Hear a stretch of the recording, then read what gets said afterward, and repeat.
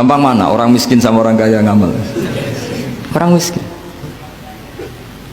Terus kedua hebatnya orang miskin itu kalau ngamal itu dramatis. Betul itu. Jadi makanya kenapa Nabi suka orang miskin. Loh, saya pernah ditanya, saya ini punya teman yang kaya raya. Dia biasa ngamal 1 miliar 2 miliar. Dia nggak terima sama fatwa saya, Gus kenapa Anda masih muji orang miskin? Ngamalnya tuh banyak saya sekali ngamal bisa 1,5 miliar. Tapi kata saya, ngamal kamu itu tidak dramatis, nggak seru kata saya. Terus dia tanya, kok bisa Gus?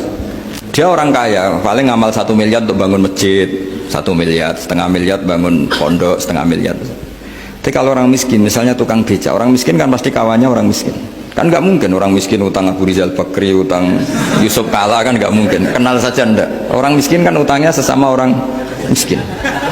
Itu pasti itu kan hukum sosial ya. Nah ternyata itu apa? Hari itu anaknya ndak makan, hari itu istrinya mau kelahiran. Utang sesama miskin, diutangi 50.000. Tapi uang ini dramatis. Kalau hari itu nggak makan mati.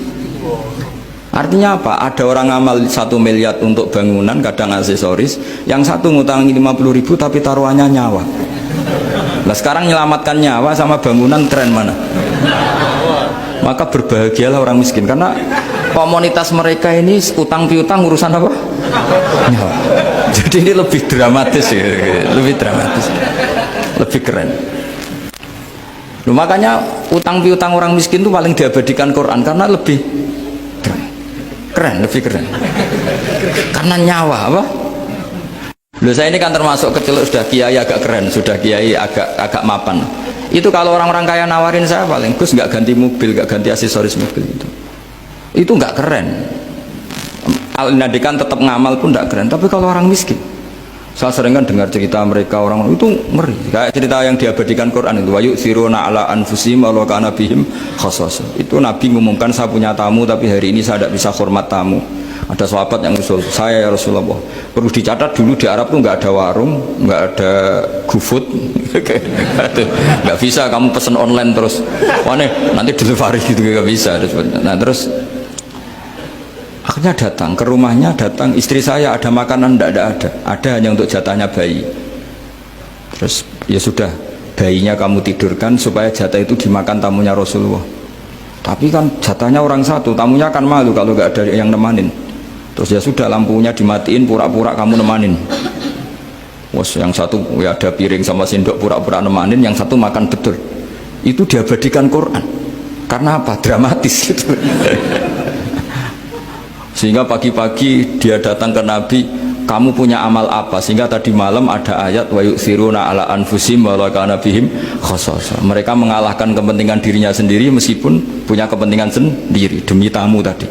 Terus cerita dia, kita tamu tadi malam ya Rasulullah, yang saya sanggup menghormatnya saya tidak punya apa-apa, hanya jatah bayi.